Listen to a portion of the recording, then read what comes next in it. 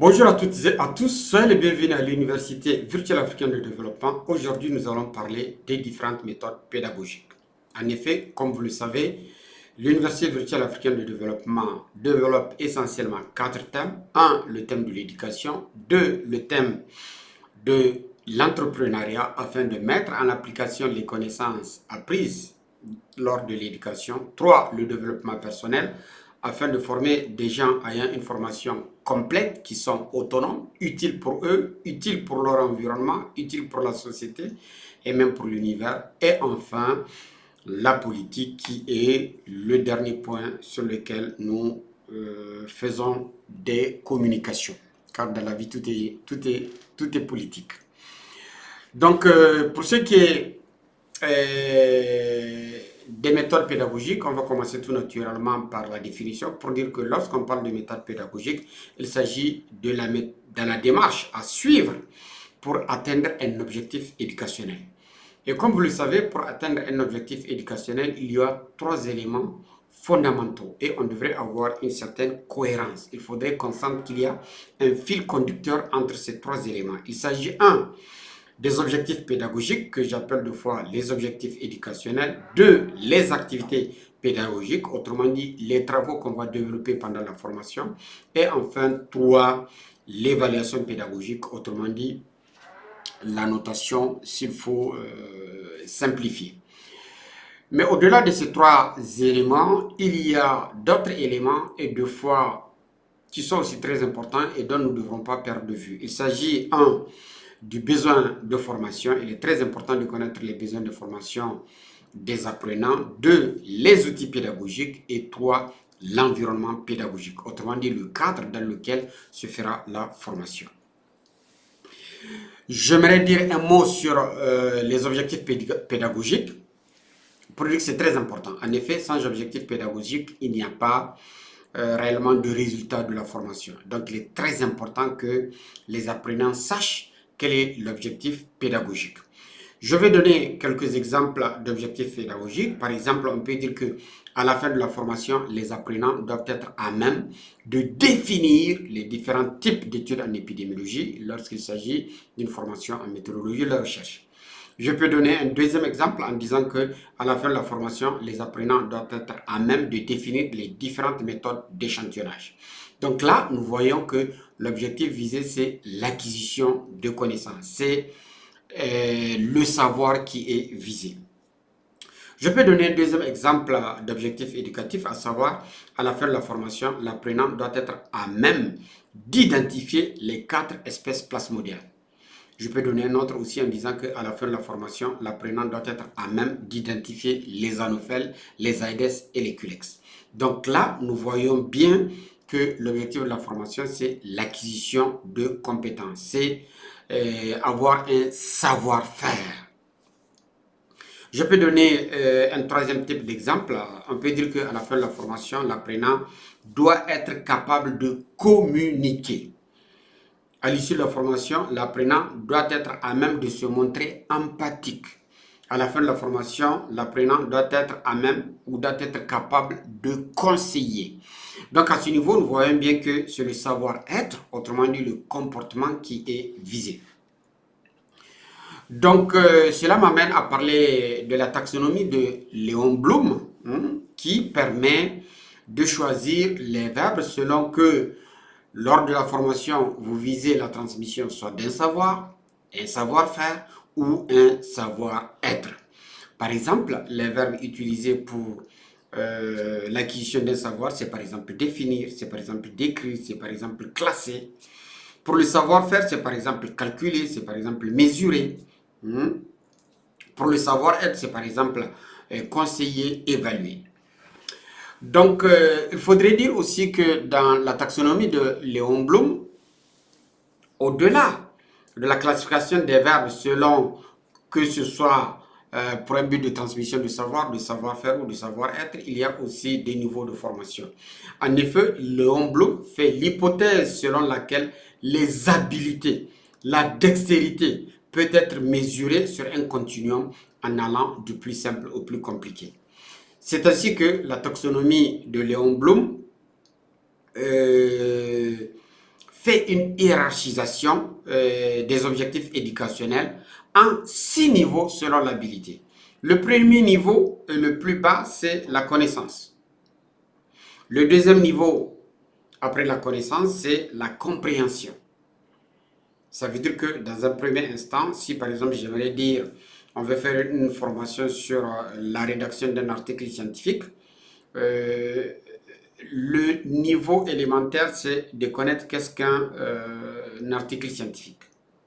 Et le niveau 2, c'est comprendre ce que c'est qu'un article scientifique. Et ensuite, appliquer les règles pour rédiger un article scientifique. Ensuite, on va arriver à analyser un article scientifique pour avoir des informations sur sa qualité. On peut arriver à en faire une synthèse. Et enfin, la dernière étape, le niveau 6, c'est l'évaluation. On peut être un reviewer qui va évaluer des articles scientifiques et décider s'ils vont être rejetés ou acceptés pour publication ou bien acceptés sous réserve de correction. Donc voilà les 6 niveaux d'habileté de la taxonomie de Léon Blum, à savoir 1, la connaissance, 2, la compréhension, 3, l'application, 4, l'application, 5, la synthèse et 6, l'évaluation.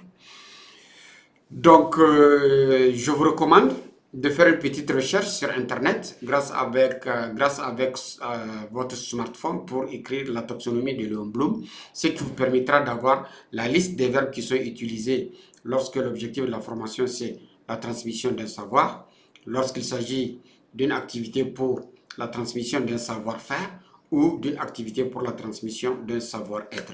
Vous verrez aussi, selon la complexité du niveau, vous aurez des verbes de niveau que je peux appeler premier niveau, niveau intermédiaire ou lorsqu'il s'agit d'une formation de haut niveau. Je n'entrerai pas dans le développement des 4 méthodes pédagogiques sans pour autant parler un peu de ce qu'on appelle la méthode déductive et de la méthode inductive. Parce qu'il y a plusieurs types de classifications. Et parmi ces classifications, il y a la classification de la méthode déductive et de la méthode inductive.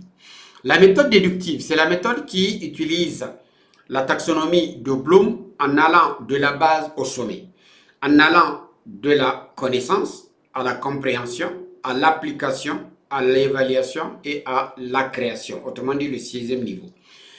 Dans le cadre de la méthode déductive, on va des connaissances théoriques vers les connaissances pratiques. On va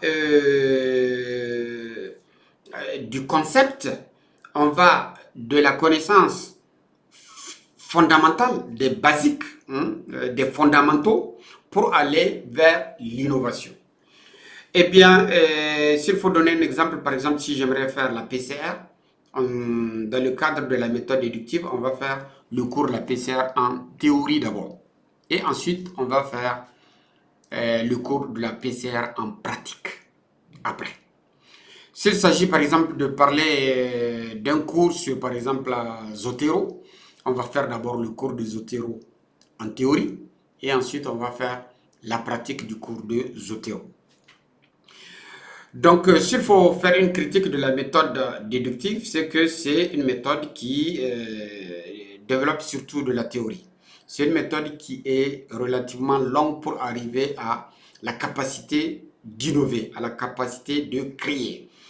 C'est aussi la méthode qui a aujourd'hui très peu d'impact en termes de production d'outils de travail, en termes de production d'un objet. C'est la méthode traditionnelle, c'est ce que dans nos États le plus souvent on fait, même si de plus en plus on observe des évolutions et de plus en plus on utilise la méthode inductive. Si je dois donner un exemple aussi, à l'école primaire, par exemple, quand vous prenez l'abécédaire, la famille Boda, vous verrez que on commence par l'identification des lettres, par exemple la lettre A, la lettre P, et ensuite on commence à mettre les lettres 2 à 2, par exemple PA, FEPA, et ensuite on arrive au mot papa, qui est composé de PA, ensuite PA. Donc nous voyons bien qu'on part des connaissances basiques, des connaissances fondamentales pour arriver au mot qui est l'objectif, à savoir l'identification et la connaissance des mots, afin de pouvoir lire. Dans la méthode inductive, qui est la méthode moderne, si je puis dire, elle passe dans le sens opposé de la taxonomie de Bloom. Autrement dit, on va du sommet, autrement dit, du point 6 au point 1 qui est la connaissance. Autrement dit, on va de la pratique à la théorie.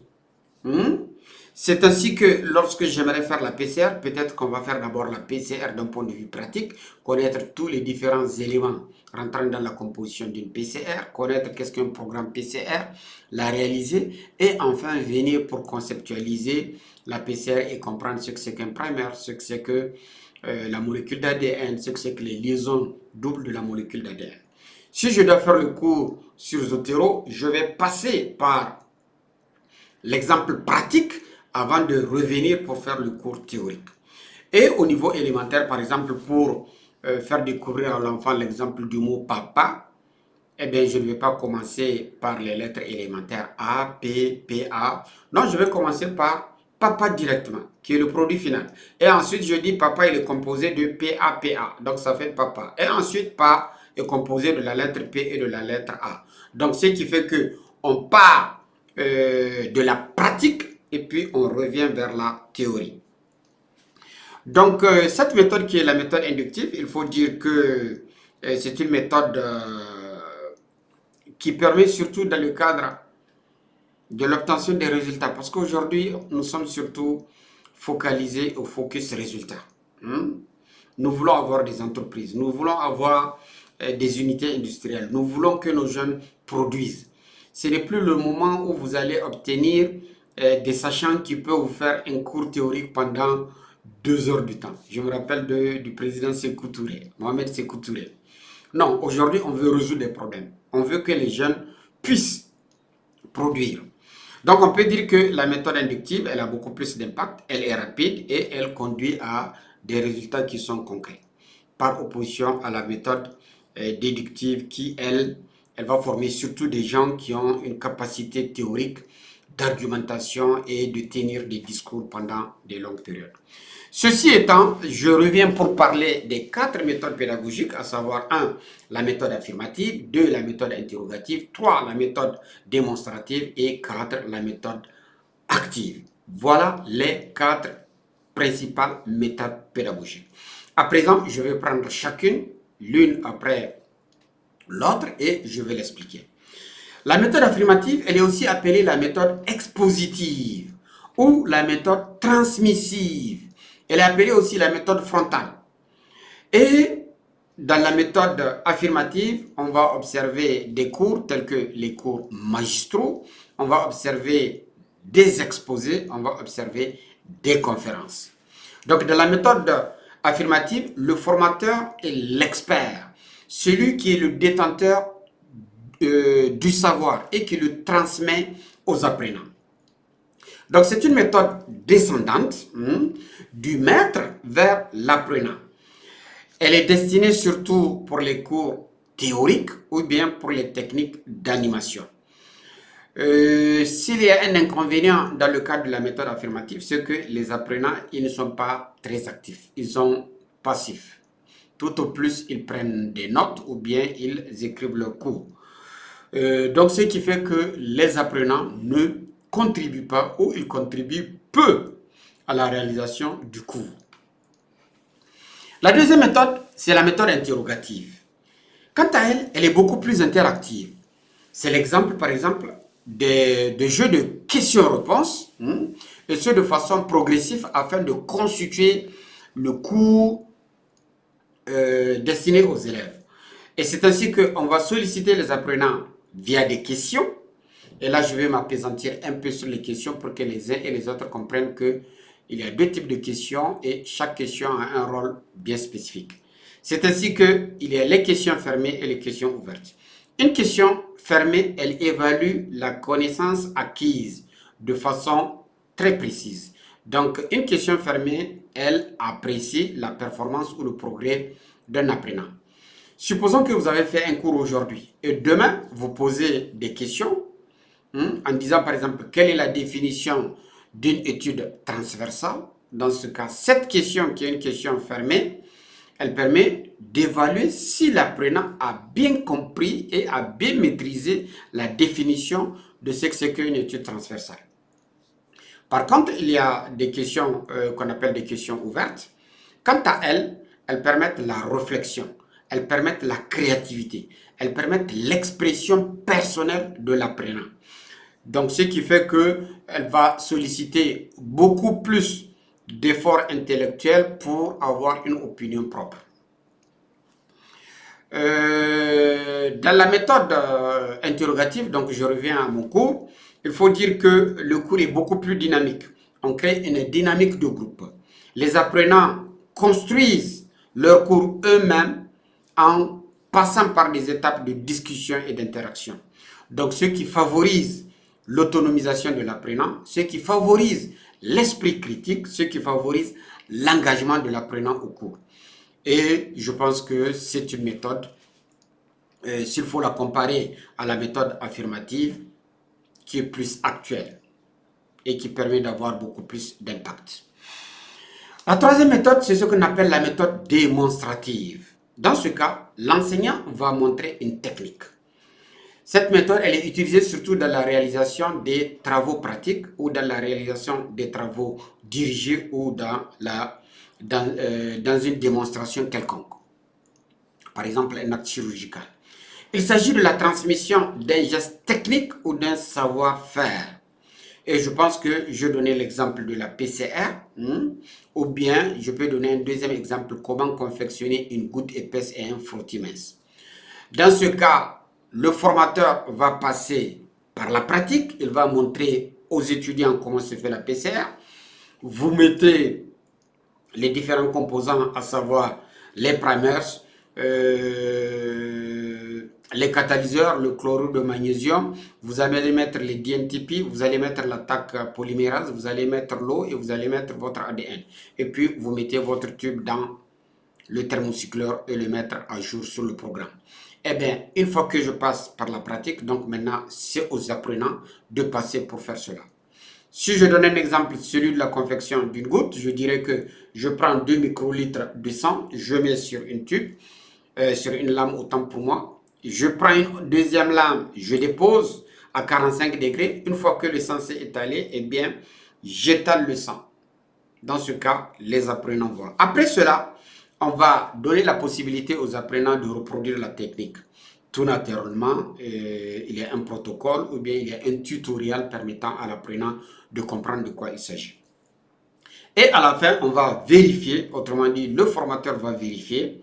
Si l'apprenant a fait une erreur, dans ce cas, on va corriger. Donc, ça devient aussi comme une approche essai-erreur, comme une expérimentation. C'est la même chose aussi dans le cadre d'une dictée aussi, dans le domaine littéraire. On peut lui faire passer une dictée et ensuite on va corriger. Et les mots au niveau desquels il a réalisé des fautes, on va les corriger avec lui. La dernière méthode, c'est ce qu'on appelle la méthode active, ou la méthode de découverte, ou la méthode expérientielle. Ok? Eh bien, dans cette méthode, on va passer par des mises en situation réelles, ou bien des mises en situation simulées.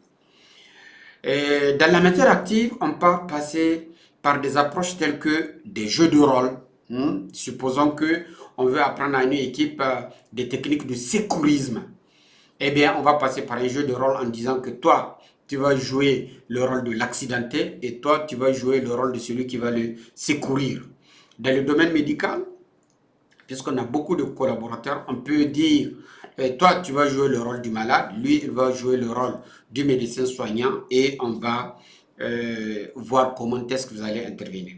On va utiliser des scénarios, on va utiliser des mises en situation, on va utiliser des simulations, on va utiliser des études de cas. Par exemple, on peut utiliser dans le domaine de l'orthopédie, dans le stade de l'ostéosynthèse, dans le cadre de la gestion des fractures, on va utiliser des radios pour montrer les différents types de fractures et les étudiants seront à même de reconnaître qu'est-ce qu'une fracture transversale, qu'est-ce qu'une fracture oblique, qu'est-ce qu'une fracture multi-esquieuse, qu'est-ce qu'une fracture avec décalement ou avec chevauchement. Donc, selon les différents types de négatifs qu'on va apprendre, ils seront devant des études de cas afin de donner leur opinion. On va utiliser aussi d'autres outils comme des tableaux, comme des figures, comme des bilans. Par exemple, on peut donner des bilans sanguins et on va demander à quelqu'un de quoi souffre le patient et il va regarder, ah, il a une glycémie de ça, donc très probablement ceci. Ah, il a un ECG qui est comme ça, donc très probablement ceci. Donc, dans le cas de la méthode active, le formateur est un guide et il n'intervient que pour corriger les erreurs de l'apprenant. Il s'agit d'un véritable brainstorming où les apprenants réfléchissent à résoudre leurs problèmes. Il y a une co-construction du cours entre l'apprenant et le formateur. Et cette méthode, c'est une méthode qui prépare les apprenants pour une réelle insertion sociale, pour une réelle autonomisation dans la vie active. Donc, pour terminer ce cours qui est relatif aux différentes méthodes pédagogiques, je dirais que chaque méthode pédagogique a ses avantages et ses inconvénients. Et il revient à l'enseignant de faire un choix d'une des méthodes selon le cours qu'il dispense, selon le niveau des apprenants et selon la problématique qui est en train d'être traitée. Il faut dire aussi qu'il y a une certaine complémentarité entre ces quatre méthodes, si bien que dans le même cours, il peut passer à un moment par de l'interrogation, à un autre, il peut passer par de la démonstration. Je terminerai en disant aussi que nous devrons faire, autant que faire se peut, des efforts afin d'adapter nos méthodes de transmission du savoir, car les temps changent et nous voulons des résultats. Nous voudrons que nos jeunes, nos enfants soient autonomes, qu'ils soient à même de résoudre leurs problèmes une fois qu'ils sont dans la vie active. Il est impossible de penser que l'État puisse engager tous les jeunes en leur donnant un numéro matricule. Il faudrait aussi que les jeunes comprennent que la fonction publique ou le salariat, c'est la pire des façons de travailler. Pensez à aller vers le freelance, pensez à aller créer votre cabinet d'études, votre laboratoire d'analyse biomédicale, votre salle de consultation. Mettez-vous à 1, à 2, à 3 pour avoir une clinique complète. Il y a un marché très important. Vous voyez comment est-ce qu'on évacue les gens pour aller de par le passé vers la Côte d'Ivoire, vers la polyclinique, à un moment vers le Maroc, deux fois vers la France et vers les États-Unis. Donc pour ce qui est de confrères qui sont à la faculté de médecine, il faut dire qu'il y a un marché qui n'est pas occupé et c'est votre compétence qui vous permettra de prendre cette part du marché. Il faudrait aussi dans nos formations de parler à nos jeunes de l'autonomie financière. Il n'y a pas de honte à gagner sa vie. Eh bien, aujourd'hui, les jeunes ont besoin de résultats. Nous travaillons, c'est pour être heureux. Nous travaillons, c'est pour améliorer les conditions de vie de nos populations. Nous travaillons, c'est pour notre prospérité. Sur ce, je vous remercie et je vous donne rendez-vous.